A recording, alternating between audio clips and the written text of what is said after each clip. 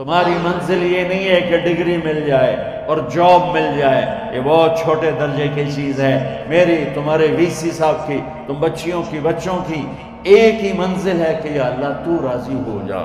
اللہ تجھے مرنے سے پہلے پہلے حاصل کرنا ہے، ڈھونڈنا ہے، پا لینا ہے، راضی کر کے مرنا ہے۔ لیتک تحلو والایام مریرۃ ولیتک ترضی والانام غضاب ولیت الذی بینی وبینک عامر وبینی وبین العالمین خراب ولیت الشراب من ودادک صافیا وشربی من ماء المعین السراب فاذا صح منک الود فالکل حین وکل الذی فوق التراب التراب۔ اللہ کو پاتے ہوئے جو سودا کرنا پڑے کر جاؤ۔ عبداللہ بن حذیفہ کو رومیوں نے پکڑ لیا، صحابی ہیں، ان کو آگ میں ڈالنے لگے تو وہ رو پڑے، تو لوگوں نے رومی بادشاہ سے کہا کہ یہ رو پڑا ہے، ڈر گیا ہے، ان کا لے آؤ، میرے پاس لے آؤ۔ ان کو واپس لائے تو رومن بادشاہ نے پوچھا کیوں روئے ہو، موت سے ڈر گئے ہو؟ کہنے لگے موت تو ہمارے لیے سب سے بڑا تحفہ ہوتا ہے، میں اپنی بے بسی پہ رویا ہوں۔ کہ کیا بے بسی ہے؟ کہ بے بسی یہ ہے کہ ایک جان ہے، آگ میں گرتے ہی جل کے راکھ ہو جائے گی، کاش میرے جسم پر جتنے بال ہیں اتنی میری پاس جانیں ہوتی اور میں ایک ایک جان کو اللہ کے نام پہ قربان کرتا۔ آج مرنے کا مزہ نہیں آ رہا، اس پہ رویا ہوں۔ تو بادشاہ اتنا حیران ہوا، انہوں نے کہا تو میرا ماتھا چوم دے اور میں تمہیں آزاد کرتا ہوں۔ تو اس کا ماتھا چوما، انہوں نے چھوڑ دیا۔ 2000 سال پیچھے چلے جائیں، فرعون دنیا کا واحد انسان ہے جس نے کہا انا ربکم الاعلی، میں سب سے بڑا رب ہوں، اور اپنے آپ کے رب ہونے کا دعویٰ انسانوں میں صرف فرعون کا ہے۔ اس کی باندی مسلمان ہو گئی، موسیٰ علیہ السلام کا کلمہ پڑھ لیا، ایمان چھپتا نہیں، وہ پتہ چل گیا۔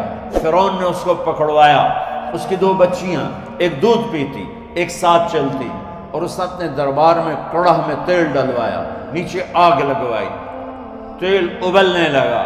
جب وہ پوری طاقت سے ابلنے لگا تو اس نے فرعون نے اس عورت سے، اس باندی سے کہا یہ آگ تیرے سامنے ہے، جلتا ہوا تیل، موسیٰ کے رب کو مانے گی تو پہلے تیری بچیوں کو جلاؤں گا پھر تجھے جلاؤں گا، اور اگر مجھے رب مانے گی تو تیرے گھر کو سونے چاندی سے بنا دوں گا، تیرے گھر کو سونے چاندی سے بھر دوں گا۔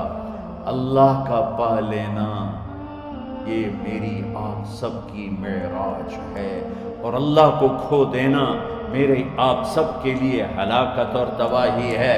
سنو اس نے کیا کہا، اللہ نے اپنی محبت کو ماں سے تشبیہ دی ہے، باپ سے نہیں دی، اور چھوٹا بچہ زیادہ ممتا کو لیتا ہے۔ وہ کہنے لگی فرعون یہ تو میری 2 ہیں، میری 100 ہوتی تو اللہ کے نام پہ آج میں قربان کر دیتا۔ فَقْضِ مَا أَنْتَ قَاضٍ، کر جو تجھے کرنا ہے۔ تو پاگل ہو گیا، غصے میں کہنے لگا اس کی بڑی بیٹی کو ڈال دو۔ تو انہوں نے اس کو یوں ٹانگوں سے پکڑا اور وہ چیختی چلاتی ہوئی تھی۔ ماں کا ایک بول اس کی جان بچا سکتا تھا، اور پھر گھر جا کے توبہ کر لیتی۔ وہ کہتی اللہ مجھے معاف کر دے، میں نے کلمہ کفر کہا۔ اس کو ٹانگوں سے پکڑا ہوا ہے، اس کے ہاتھ نیچے جھول رہے ہیں، اور وہ اماں بھی کہہ رہی کہ مجھے بچا لو۔ ماں نے اپنی آنکھوں سے بچی کو تیل میں یوں ڈوبتے دیکھا، اور پھر وہ ابھری جیسے مچھلی تلنے کے لیے، جس میں مچھلی تلی جاتی تو باہر آ جاتی، اوپر آ جاتی، تو وہ ایسے بلبلے اٹھ رہے تھے۔ وہ ایک ہی لمحے میں اس کی تو جان گئی، ایک آنسو کا قطرہ اس نے نہیں نکلنے دیا اپنی آنکھوں سے، اور اپنے دل کو جب مضبوط کیا تو میرے رب کی غیرت، میرے رب کی رحمت محبت حرکت میں آئی۔ اللہ نے ماں کی آنکھوں سے پردہ ہٹا دیا، اور ماں نے اپنی بیٹی کی روح کو نکلتے دیکھا، اور وہ کہہ رہی ہے اصبری یا فإن لک من الأجر کذا و کذا۔ ماں جی ڈرنا نہیں، صبر کرو، جنت تیار ہے، جنت تیار ہے۔ معصوم بچی کو تو پتہ بھی نہیں تھا کہ کیا ہونے والا ہے، اس کو پکڑ کے یوں ڈالا، اس کی تو آہ بھی نہ نکلی، اور وہ مچھلی کی طرح تلی گئی۔ اب پھر ماں کا کلیجہ پھٹا، اللہ نے پھر آنکھوں سے پردہ ہٹایا، اور انہیں اپنی بچی کی روح کو نکلتے دیکھا، اور وہ کہہ رہی ہے اصبری یا فإن لک من الاجر کذا وکذا، ماں جی تھوڑی دیر کا صبر، جنت تیار ہے، جنت تیار ہے، جنت تیار ہے۔ اللہ کو پایا سب کچھ پایا، اللہ کو کھو دیا سب کچھ کھو دیا۔ جب اس کو پکڑ کے لے جانے لگے، اس نے فرعون کو دیکھا، فرعون اس کی آنکھوں میں آنکھیں نہیں ڈال سکتا، نظریں نیچے ہوں گی اس کی۔ کہنے لگی میری ایک بات مانو گے، میری ایک خواہش پوری کرو گے؟ فرعون نے پوچھا کیا؟ کہ جب میں بھی جل جاؤں تو میری اور میری بچیوں کی ہڈیوں کو اکٹھے دفن کرنا، باہر پھینک نہ دینا، دفنا دینا۔ فرعون نے کہا تمہاری یہ خواہش پوری کی جائے۔ انہوں نے کہا پیچھے ہٹ جاؤ، میں نے اللہ کو جان دینی، مجھے دھکا دینے کی ضرورت نہیں ہے، میں اپنے اللہ سے ملنے جا رہی ہوں۔ سبحان اللہ، جب اللہ مطلوب ہوتا ہے تو موت محبوب بن جاتی، جب اللہ کی نافرمانی ہوتی ہے تو موت سے نفرت ہو جاتی ہے، مرنا عذاب نظر آتا ہے۔ وہ چھلانگ مار گئی، اللہ اکبر کا نعرہ لگاتی ہوئی، ہڈیاں ادھڑ گئیں، گوشت ادھڑ گیا، ہڈیاں باقی رہ گئیں۔ فرعون نے کہا ایک ہی جگہ ڈال دو، سب کو دفن کر دو۔ دفن 2000 سال کے بعد بچوں بچیوں، 2000 سال کے بعد موسیٰ علیہ السلام کے 2000 سال کے بعد جناب رسول اللہ صلی اللہ علیہ وسلم دنیا میں تشریف لائے۔ 40 سال کی عمر میں نبوت ملی، 50 سال کی عمر میں معراج ہوا، 2050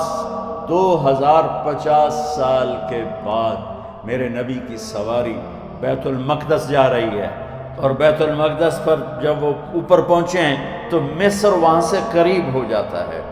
جب وہ اترنے لگے تو میرے نبی نے کہا جبریل جنت کی خوشبو آ رہی ہے، جبریل جنت کی خوشبو آ رہی ہے۔ کہاں سے آ رہی ہے؟ ابھی تو جنت اوپر ہے، ابھی تو اوپر جانا ہے، تو یہ زمین سے جنت کی خوشبو کیا آ رہی ہے؟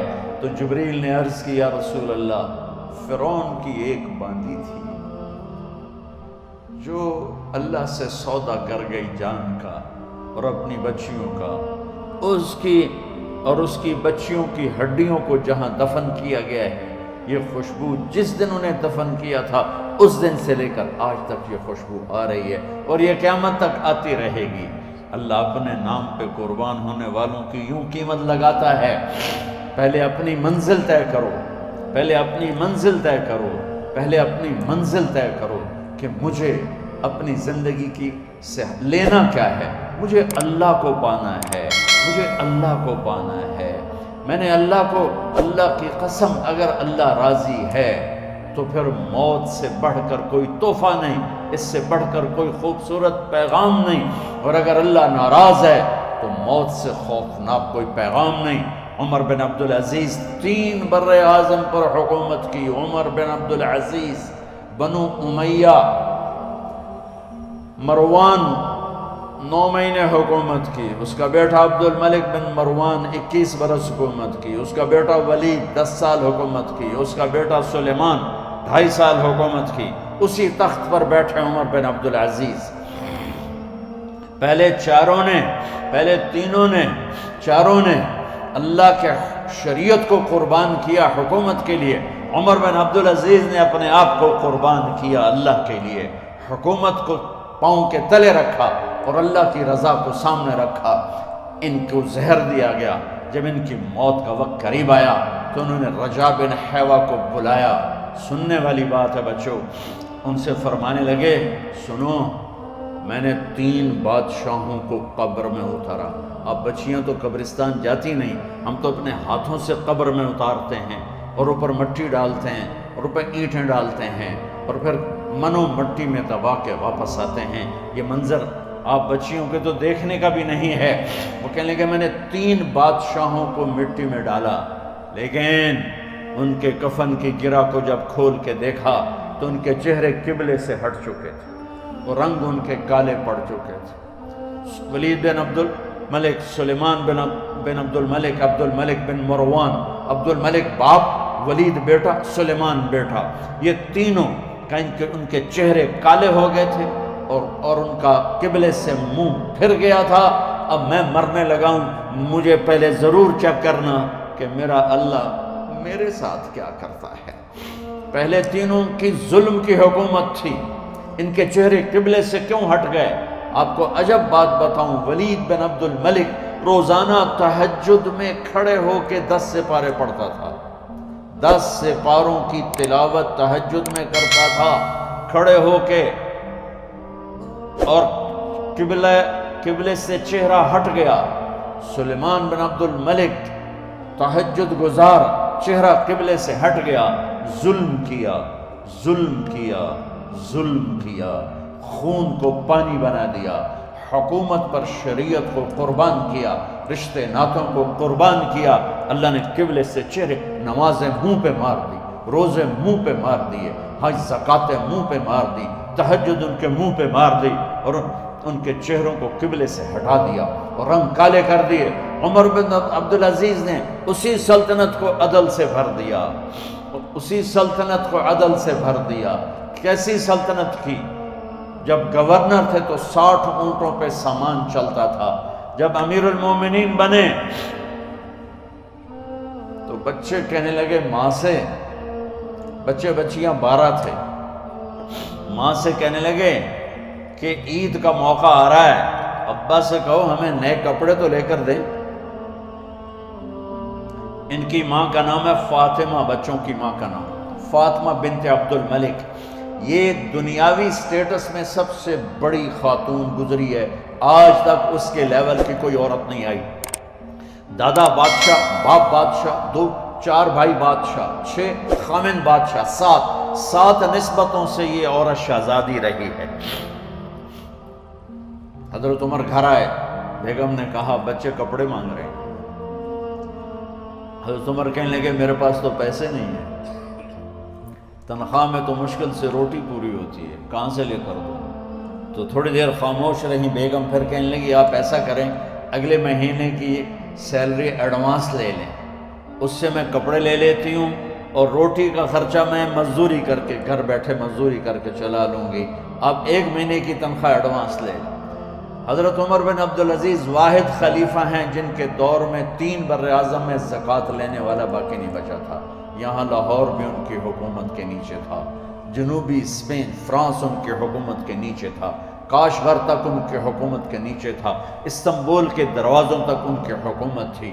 3 بر اعظم میں ایک آدمی زکوٰۃ لینے والا نہ بچا، اور اپنا حال یہ ہے کہ بیگم سے کہہ رہے ہیں پیسے کوئی نہیں، کپڑے کہاں سے لے کر دوں؟ اور بیگم طریقہ بتا رہی ہے کہ آپ اگلے مہینے کی تنخواہ ایڈوانس لے لیں، اس سے میں کپڑے لے لوں گی، اور چولہے کا خرچہ، روٹی کا خرچہ میں گھر بیٹھ کے مزدوری کر کے کما لوں گی۔ تو حضرت عمر کہنے لگے ہاں یہ ٹھیک ہے۔ باہر آئے وزیر خزانہ مزاحم، انہیں بلایا کہ بھائی ہمیں اگلے مہینے کی تنخواہ ایڈوانس چاہیے، یہ تنخواہ والے لوگ بیٹھے ہوئے تنخواہیں لیتے ہیں۔ اس نے کاغذ قلم آگے رکھ دیا، کہا حضرت یہاں لکھ کے دے دیں، آپ 1 مہینہ زندہ رہیں گے میں تنخواہ دے دیتا ہوں، آپ مجھے لکھ کے دے دیں آپ 1 ماہ زندہ رہیں گے میں آپ کو تنخواہ دے دیتا ہوں۔ چپ کر کے اٹھے، ایک لفظ نہیں بولے، گھر گئے۔ حضرت اپنی بیگم فاطمہ سے کہا بیگم بچوں سے کہہ دو کہ باپ کے پاس کپڑے لے کر دینے کی سکت نہیں ہے، اور خزانے ایسے بھرے پڑے تھے کہ زکوٰۃ لینے والا کوئی نہیں تھا۔ عید کی نماز ہوئی، نماز کے بعد جب ساری فیملی ملنے آئی اور بچے بھی ملنے آئے تو ان کو دیکھ کر ان کی آنکھوں میں آنسو آئے۔ کہنے لگے بچوں آج تمہیں دکھ تو ہوگا اپنے باپ پر کہ ایک جوڑا کپڑا بھی لے کر نہ دیا عید کا۔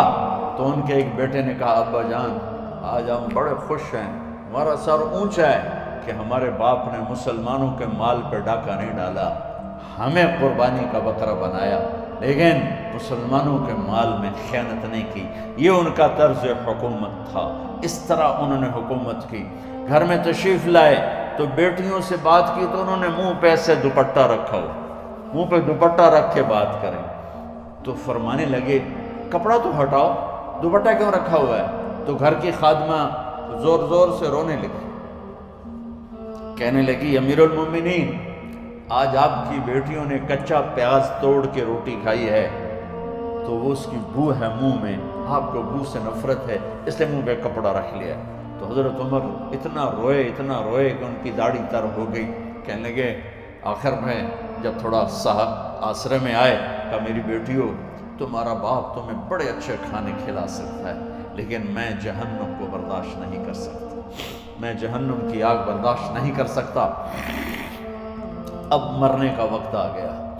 جب وہ گورنر تھے تو 60 اونٹوں پہ ان کا سامان چلتا تھا، اور جب وہ امیر المومنین بنے تو عیادت کے لیے لوگ آ رہے تھے، تو سالے عیادت کے لیے آئے، فاطمہ کے بھائی، کپڑے دیکھے امیر المومنین کے تو بہن کو ایک طرف کر کے فرمایا، بڑے نیک سرداروں میں سے تھے یہ مسلمہ بن عبد الملک، کہنے لگے امیر المومنین کے کپڑے تبدیل کروا دو، لوگ پوچھنے آ رہے ہیں تو میلے کپڑے اچھا نہیں لگتا۔ کہا جی بھائی کرواتی ہوں۔ اگلے دن جب وہ حال پوچھنے آئے تو پھر وہی کپڑے تھے، تو انہوں نے ان کو الگ جا کر کہا بہن میں نے تمہیں کہا تھا کپڑے بدلوا دیتی، کیوں نہیں بدلوائے؟ تو وہ رونے لگی، کہنے لگی کہاں سے بدلواؤں، جوڑا ہی ایک کہاں سے بدلواؤں؟ اور حکومت کتنی تھی؟ 3 بر اعظم کی، 3 بر اعظم کی حکومت۔ ہمارا تو پٹواری امان کا نہیں ہے، وہ 3 بر اعظم کی سلطنت لے کر ایک جوڑے میں اللہ سے ملنے جا رہے ہیں۔ جب ان کا انتقال ہوا، سلیمان بن عبد الملک کی ڈیڈ باڈی جب قبر کے قریب لائے اتارنے کے لیے تو ایسے ایسے ہلنے لگا، اس کا پورا جسم ہلنے لگا۔